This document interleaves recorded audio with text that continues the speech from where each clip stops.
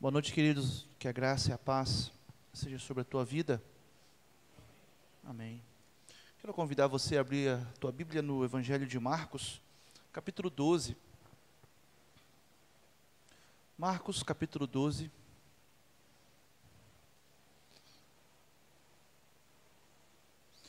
Faremos a leitura do verso 38 até o verso 44.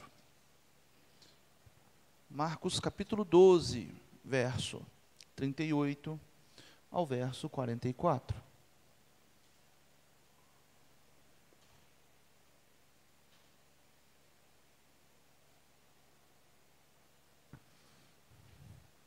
Diz assim a palavra de nosso Deus: e ao ensinar, Jesus dizia: cuidado com os escribas, que gostam de andar com vestes talares e das saudações nas praças.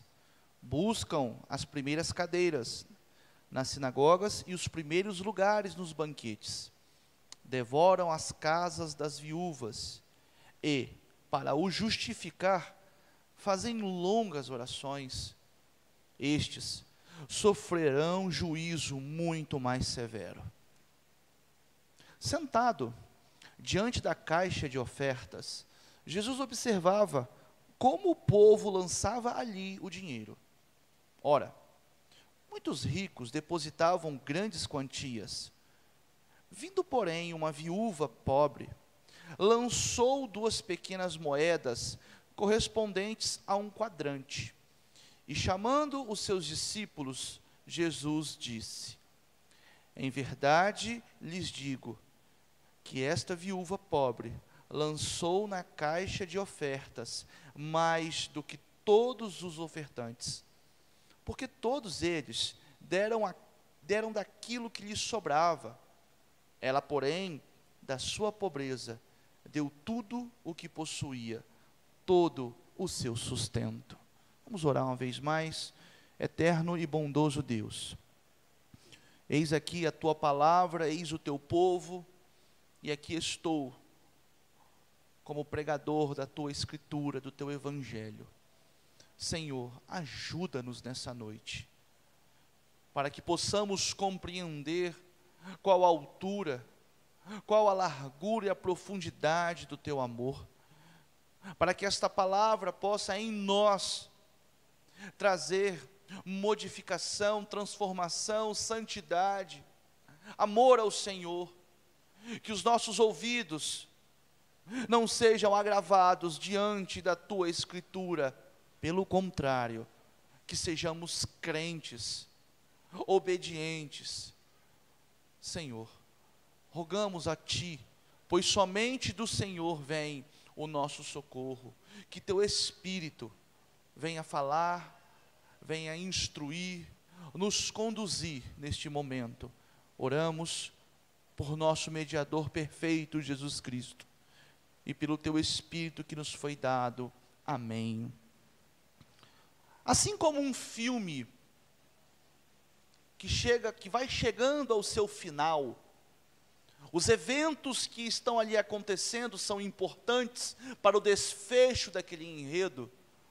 O Evangelho de Marcos está chegando ao seu final. Essa é a última semana de Jesus Cristo. Ele está no templo, já foi recepcionado em Jerusalém como aquele que é o rei. Bendito é aquele que vem em nome do Senhor. Assim foram recebidos o Senhor Jesus. Assim os discípulos entraram em Jerusalém. Nós temos falado há algum tempo já aqui sobre os discursos de Jesus dentro deste templo. Eu quero lembrar você que o templo era o lugar de encontro. Toda a vida judaica, toda a cidade de Jerusalém estava em volta deste templo. O Senhor determinou um lugar para que ele habitasse, para que ali a presença dele se fizesse. E aqui Jesus está dentro deste templo. Ali ele foi como aquele que detém a autoridade do próprio Deus, dizendo que aquele lugar deveria ser purificado, que eles deveriam abandonar aquele espírito de salteadores que eles possuíam. Aqueles que administravam o templo estavam fazendo daquele lugar um lugar de opressão, de usurpação, sendo que na verdade aquele lugar era o lugar que o próprio Senhor disse era casa de oração para todos. É nesse contexto, essa é a última lição de Jesus dentro do templo. No capítulo 13, Jesus sai deste templo para nunca mais voltar. Jesus sai daquelas construções, Jesus sai daquele lugar tão imponente, para nunca mais retornar. E no domingo que vem, nós começaremos a falar sobre o sermão profético, onde Jesus determina o seu juízo final sobre aquelas construções. Mas Marcos finaliza essa sessão com dois exemplos daquilo que nós chamamos de devoção a Deus. No primeiro exemplo, Marcos está registrando o ensino de Jesus, um alerta de Jesus sobre a falsa devoção, caracterizada por duas coisas: pela hipocrisia dos escribas e também por sua ganância. Logo no verso 39, Jesus diz que eles buscam as primeiras cadeiras nas sinagogas e os primeiros lugares. Eles andam pelas cidades com as vestimentas de linho branco. Aqui o texto está falando vestimentas talares. Essas vestimentas conferiam a eles um aspecto de autoridade, onde todo judeu, ao observar aquele homem vestido daquela forma, o saudava como mestre, como rabi. E eles gostavam destas saudações, eles se enchiam de vanglória pelas suas posições. A falsa devoção é caracterizada pela hipocrisia. Na frente, piedade, humildade, santidade até. Por detrás, diz o texto, Jesus os denuncia como devoradores de viúvas, devoradores daquilo que pertenciam a estas mulheres. Nós vamos falar disso logo. Mas a falsa devoção está em contraste aqui nesse texto com a verdadeira devoção, com a devoção confiante de uma viúva. Não é interessante? A viúva que é devorada, oprimida pelos escribas, agora se torna o personagem principal do segundo evento, onde Jesus a usa como exemplo da verdadeira devoção, adoração ao Senhor. Todos traziam os seus recursos, todos colocavam no gasofilácio da época. Mas Jesus destaca aquela mulher pobre, que coloca as suas 2 moedas com grande confiança. Fazendo esse contraste, Marcos termina. E aqui, o nosso sermão dessa noite, eu quero falar sobre esses 2 aspectos: a devoção verdadeira e a devoção falsa. Analisando essas 2 cenas, nós podemos aprender como que temos nos relacionado com Cristo. De fato, estamos como os escribas, buscando apenas uma aparência de piedade, buscando apenas uma aparência de religiosidade, tentando de alguma forma obter algum recurso, ou somos confiantes, crédulos, como esta mulher viúva, que deposita aos pés do Senhor, diante de tanta adoração mentirosa, ela se torna uma verdadeira adoradora, porque entrega tudo o que possuía. Então, me detendo à primeira cena, os doutores da lei. Quem eram estes escribas? Não olhe os escribas apenas como homens religiosos. O ofício de um escriba era além da parte religiosa. Escriba, era de escritores mesmos. Eles redigiam documentos. Era um ofício muito comum na época. Eles redigiam testamentos. Eles redigiam qualquer tipo de documento de herança. Era um ofício muito comum. Claro, eles tinham um papel importante na interpretação da lei, para ensinar o povo. E eles eram tidos em grande estima pelo povo, porque, diferente das outras pessoas, eles eram responsáveis por conhecer as Escrituras, eles eram responsáveis por obedecer e ensinar os padrões éticos do Antigo Testamento ao povo. O povo olhava para um escriba e devia ver ali alguém que refletia a essência da Torá, a essência dos mandamentos. Porém,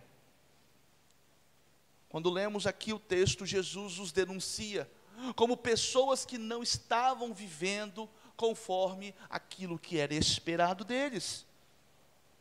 Jesus, seguindo a tradição profética do Antigo Testamento, denuncia os falsos líderes e adverte o povo no verso 38, com cuidado com os escribas. Em Malaquias capítulo 3, no verso 5, eu quero por gentileza convidar você a abrir esse texto, para que você veja como o profeta Malaquias, ou o que queremos dizer com o espírito profético que Jesus aqui está usando para falar. Observe no versículo 5 do capítulo 3 de Malaquias, o último profeta, e ele diz assim: virei até vocês para juízo, terei pressa em testemunhar contra os feiticeiros, contra os adúlteros, contra os que juram falsamente, contra os que oprimem os trabalhadores, as viúvas e os órfãos, torcem o direito dos estrangeiros e não temem, diz o Senhor dos Exércitos. Quem é que irá de encontro a estes homens que estão cometendo tamanha perversidade? O próprio Deus. O próprio Deus vai julgar, o próprio Deus irá defender. Por isso que Jesus, com essa autoridade, ele diz: cuidado com os escribas. Ele adverte: cuidado com eles, porque na publicidade, eles gostam das vestimentas que os fazem reconhecido como mestres. Eles gostam das saudações, porque os colocam numa condição social superior. Eles gostam das primeiras cadeiras na sinagoga. Sinagoga era um lugar onde eles se reuniam para aprender.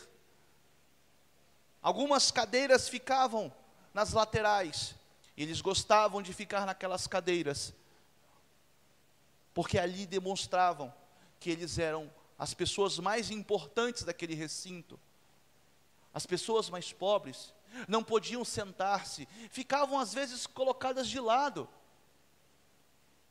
Tiago vai escrever algo semelhante, quando vai falar sobre o culto, para que os irmãos, ao receberem um homem rico, não o coloquem nas cadeiras principais e coloquem um homem pobre, alienado daquela reunião. Olha, fique aí fora, quase que sente no chão mesmo. Tiago denuncia isso, com o mesmo espírito que Jesus aqui está denunciando. E Jesus está dizendo: na publicidade, na vida pública, eles até parecem piedosos, porém, no íntimo, na vida privada, diz o texto que eles devoram as casas das viúvas. As viúvas eram aquelas mulheres que perderam os seus maridos, e elas eram agora proprietárias de terras ou de alguma herança. Elas deviam receber a sua parte. E esses escribas entravam como interventores usando da sua condição religiosa e até mesmo de sua imagem de piedade, para poder redigir este documento e também ofertar a elas algum benefício. E era exatamente aí que eles tomavam parte, retinham parte, para poder ofertar aquilo que era de direito a elas. Eles exigiam um preço injusto, e assim os escribas eram conhecidos como aqueles que caçavam viúvas que precisavam de obter a sua herança.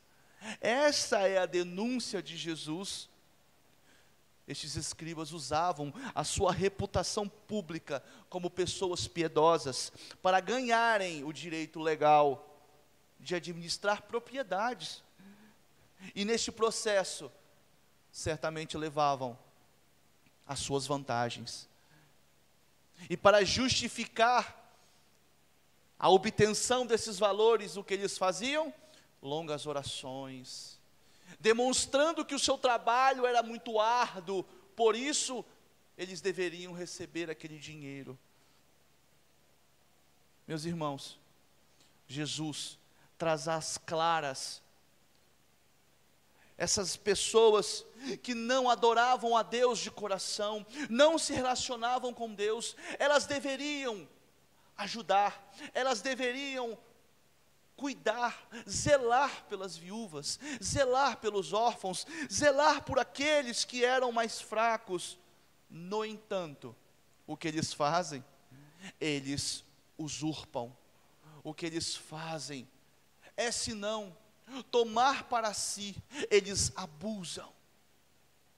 Queridos, a falsa devoção tem uma consequência. Esta falsa piedade, esta aparente religiosidade, ela tem um preço. O nosso Senhor ele denuncia, mas Ele também age como um juiz. Ao mesmo tempo que Ele parece um promotor dizendo, isso está errado, Ele também se coloca como aquele que vai julgar a causa. Observe o verso 40, quando Jesus diz, devoram as casas das viúvas, e para o justificar, fazem longas orações. Eis o juízo, estes, falando dos escribas, sofrerão juízo muito mais severo.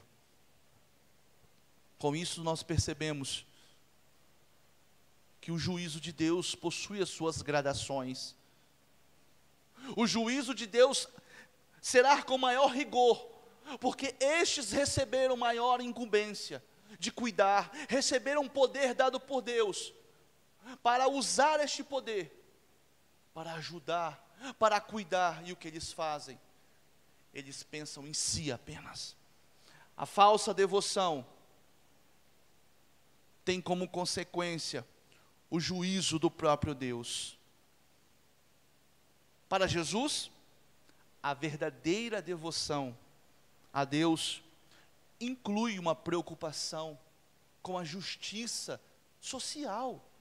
A verdadeira devoção, eu disse inclui, não é apenas, mas ela inclui a preocupação com aqueles que são menores, aqueles que deviam cuidar, aqueles que deveriam ajudar, estão oprimindo, estão fazendo aquilo que não foram feitos para realizar. A profecia do Antigo Testamento, ela é abundante. Em Isaías capítulo 1, verso 17, o Senhor diz assim, aprendam a fazer o bem, busquem a justiça, repreendam o opressor, garantam o direito dos órfãos, defendam a causa das viúvas. E estes homens estão fazendo justamente o oposto. Ainda no capítulo 1 de Isaías, no verso 23, o Senhor diz assim, os seus príncipes são rebeldes e companheiros de ladrões, cada um deles ama o suborno e corre atrás de recompensas. Eles não defendem o direito do órfão, e a causa das viúvas não chega diante deles. Meus irmãos, A falsa devoção é caracterizada por esses dois elementos: hipocrisia e ganância. Aparência de piedade, mas por detrás a ganância os domina. O que eles querem? Devorar. O que eles querem? Obter o favor. Eles não querem ser mediadores do favor, eles querem para si. Agora, nessa mesma cena, do verso 41 ao verso 44, Marcos coloca em contraste uma segunda cena que tem elementos parecidos com a da primeira. Diz o texto que, sentado diante de caixas de ofertas, Jesus observava como o povo lançava ali o dinheiro. E qual é a conclusão que ele chega? Ele diz: ora, muitos ricos depositavam grandes quantias. E ele diz que veio uma viúva pobre e lançou 2 pequenas moedas, correspondente a um quadrante. Eu tive o trabalho de fazer o cálculo de quanto vale um quadrante. O quadrante é a 64ª parte de um dia de serviço. Eu peguei o salário mínimo, 1.212, dividi por 30, deu R$40,40 e dividi por 64, 0,63. Ou seja, essa mulher colocou 2 moedinhas de 63 centavos, para você ter uma noção do que ela depositou. Irrisório, né? O que fazemos com esse dinheiro? Absolutamente nada. Mas aqui está a verdadeira devoção. E quem diz isso é aquele que tem autoridade para dizer que o juízo será severo para os escribas. Este mesmo tem autoridade para dizer que essa sim fez mais, doou mais do que todos.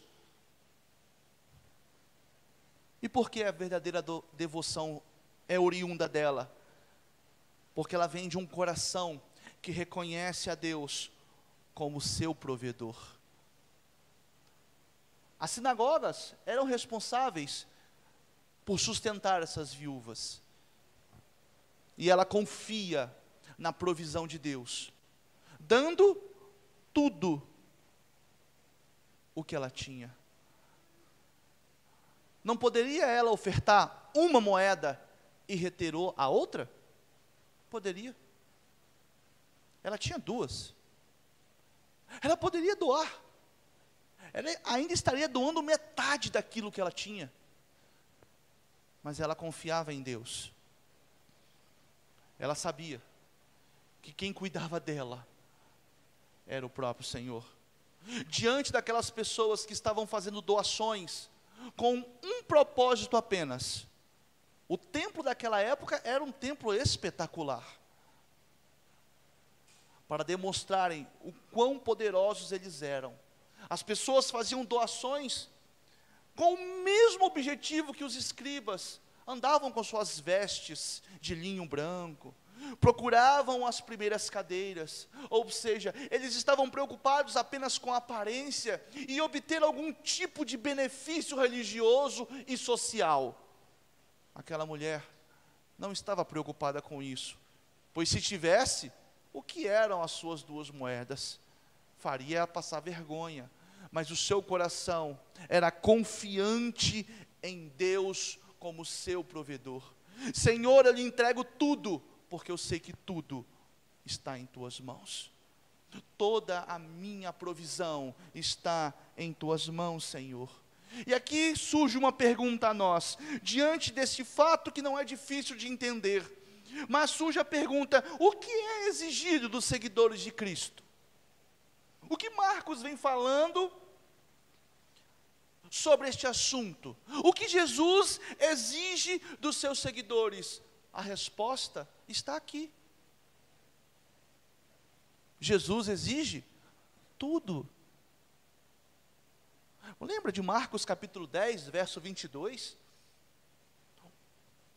Uns capítulos antes, quando Jesus é interpelado por um homem que se lança aos seus pés, um homem rico, que Lucas diz que era um jovem, e ele faz a pergunta: o que devo fazer para herdar a vida eterna? E Jesus propõe a ele: vai e vende tudo o que você tem, e volta, e siga-me, e eu vou te dar uma riqueza, um tesouro muito maior. Como terminou essa história? Você sabe. O jovem foi embora contrariado, retirou-se triste, porque possuía muitas coisas.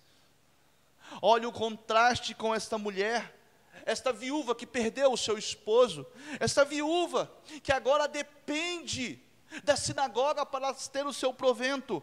Esta viúva, em vez de reter uma das moedas para si, ela entrega tudo. É esse o espírito da verdadeira devoção. Em Marcos 8:34, Jesus expressa: se alguém quer vir após mim, negue-se a si mesmo, tome a sua cruz e siga-me. O que é exigido dos seguidores de Cristo? Tudo. Não é parte. Senhor, eu te dou parte da minha vida, pois eu tenho que reter uma para mim também, que é o meu garante, que é a minha confiança. Meus irmãos, andar com Deus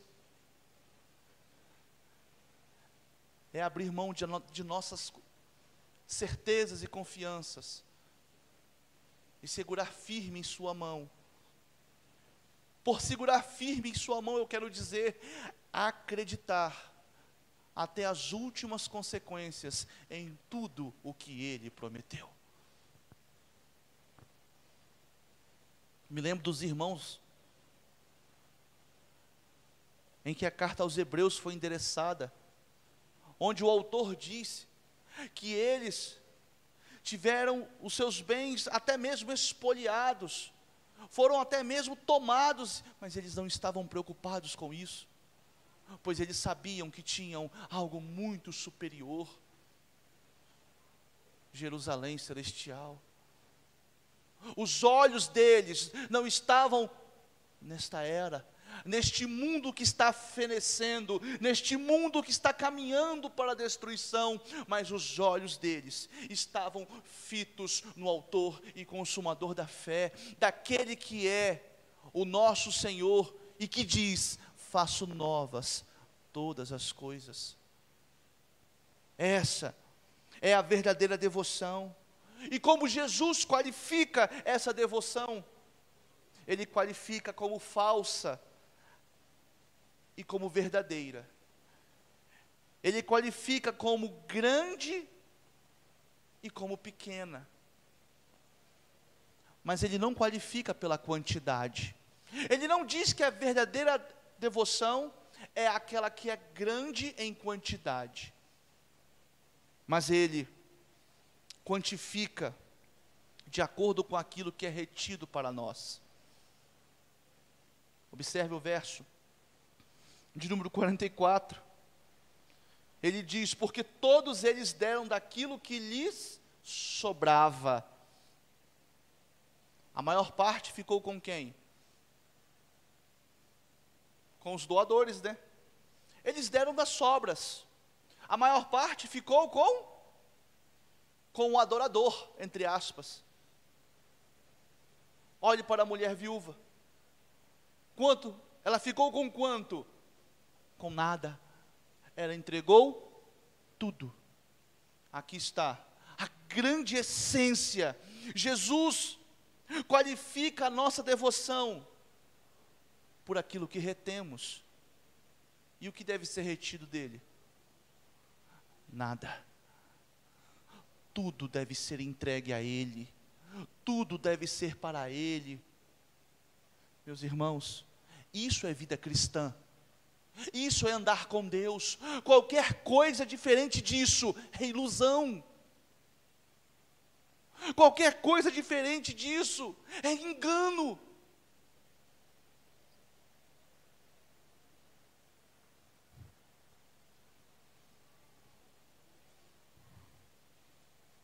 Marcos não poderia terminar melhor esta parte.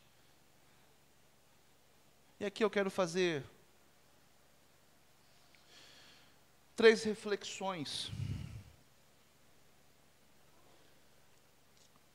sobre o que falamos, sobre o que foi descrito aqui para nós. A primeira delas é a seguinte: lance tudo.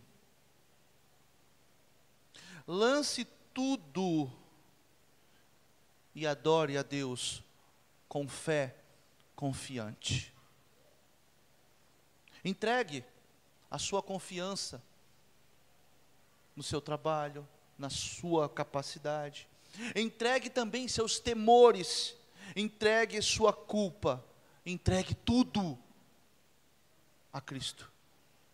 Lance tudo aos pés dele. A verdadeira devoção não é circunstancial. Se ela fosse circunstancial, aquela mulher não daria as 2 moedas. Se fosse olhar pela condição dela, ela diria: não, Senhor, é tudo que eu tenho. Parece-me aquela viúva que encontrou o profeta, e ela disse: eu só tenho um pouco de azeite, vou fazer um bolo, vai morrer eu e o meu filho. E o homem de Deus diz: faz um bolo para mim.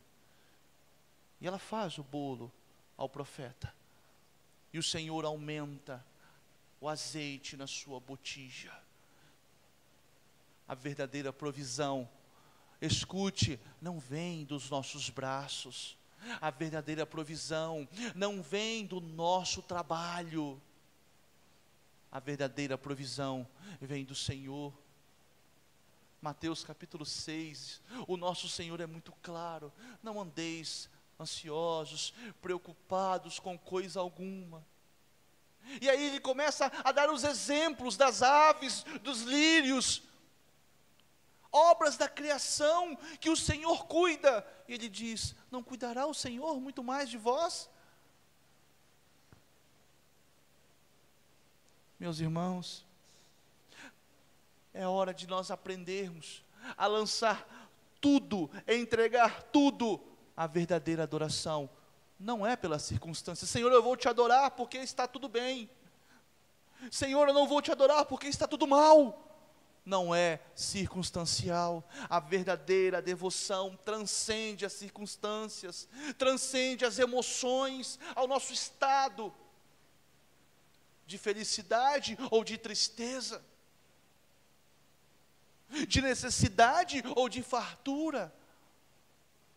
O verdadeiro adorador não se importa com nada à sua volta.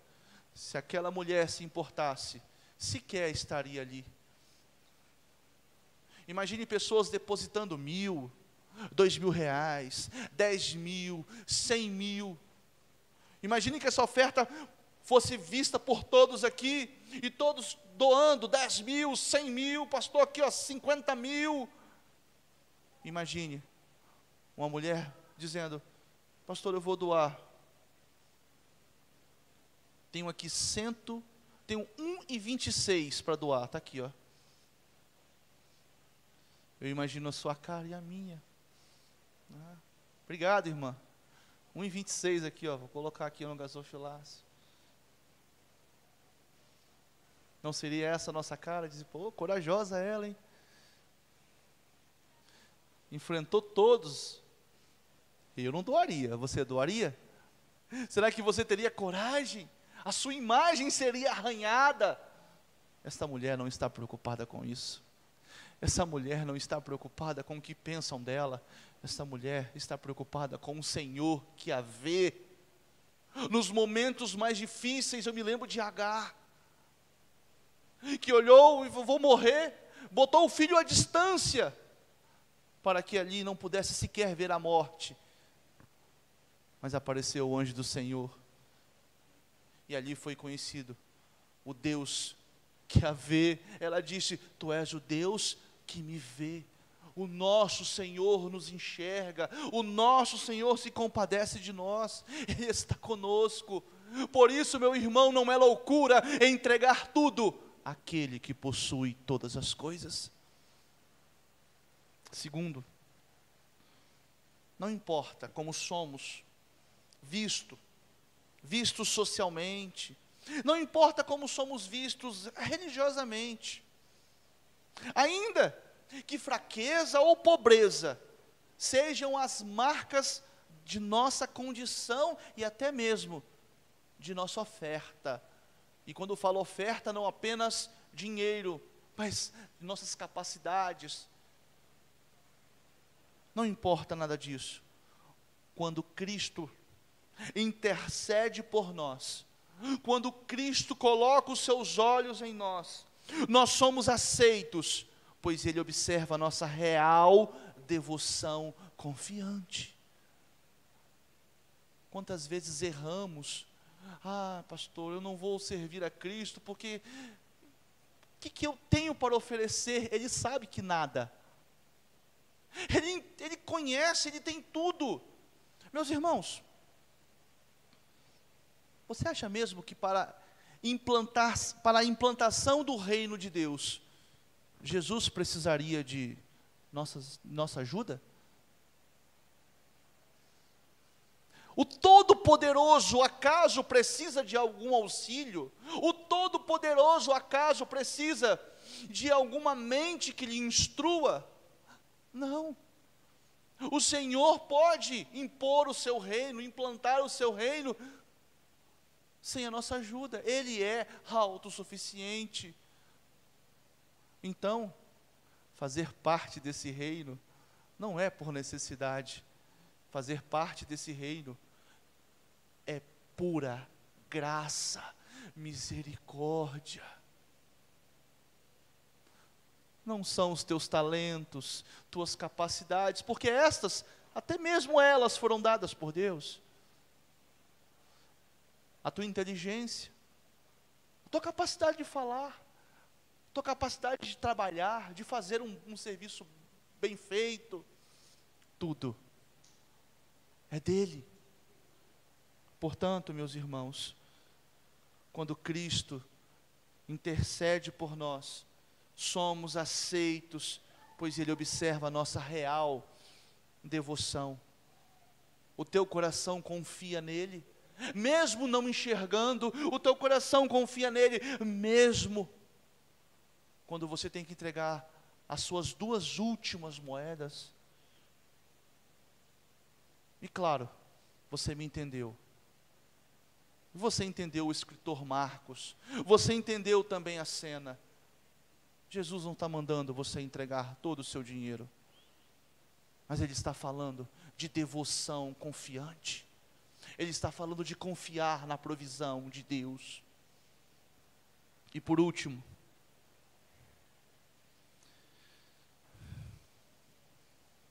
eu quero falar da cena. O que está para acontecer no final dessa semana? A morte e a ressurreição de Cristo. Nessa semana, Jesus vai morrer. Eu estou falando que Cristo, aquele que é de fato rico, diferente daqueles que pensam que são ricos, aquele que detém todo o ouro e a prata, como diz o profeta Ageu, o Senhor diz: meu é o ouro, minha é a prata. Cristo que é de fato rico, e Cristo que é de fato poderoso, que possui autoridade legítima. Não foi essa a pergunta que os principais fizeram a ele? Com que autoridade você faz isso? Ele respondeu: com a autoridade dada pelo próprio Deus, pois eu sou o próprio Deus. Ele vai ter um confronto com o sumo sacerdote no capítulo 14, calma. Mas antes que isso chegue, eu quero dizer que Cristo, aquele que é rico, que é poderoso, que possui autoridade legítima, meus irmãos, ele se assemelha àquela viúva, pois aquela viúva ofertou tudo, e ele ofertou todo o seu ser ao Pai, como sacrifício agradável. Ele confiou em sua última oração, ele disse: Pai, afasta de mim, mas não faça conforme a minha vontade. Pai, que este cálice eu não beba, mas não faça a minha vontade, faça-se a tua. Cristo se assemelhando a uma viúva. Não é curioso Marcos colocar isso para nós, dias antes da crucificação? Momentos antes, Jesus falando do que é a verdadeira devoção, e a resposta é entregar tudo, sendo que ele iria entregar tudo.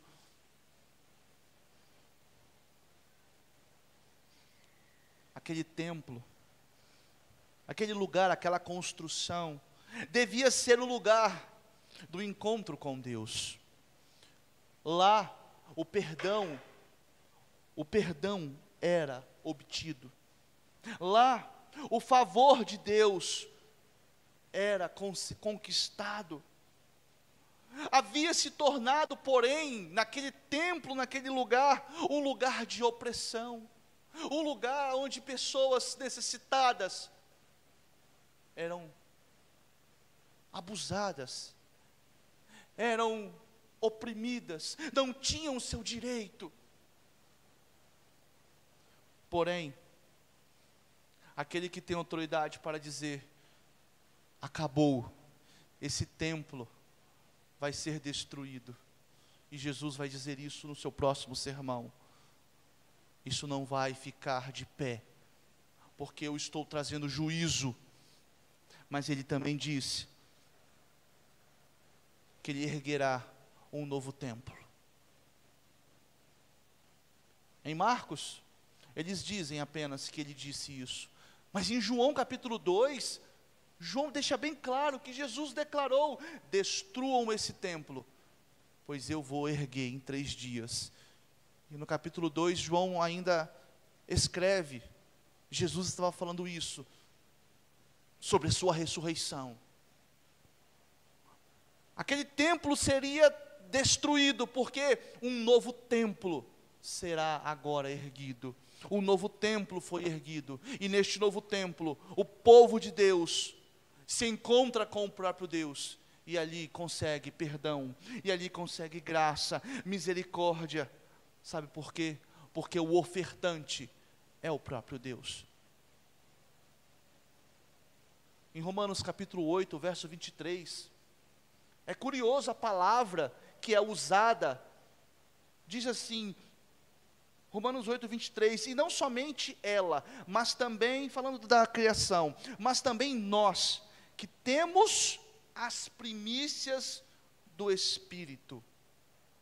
O termo primícias, em todo o Antigo Testamento, eram os primeiros frutos que eram ofertados a Deus.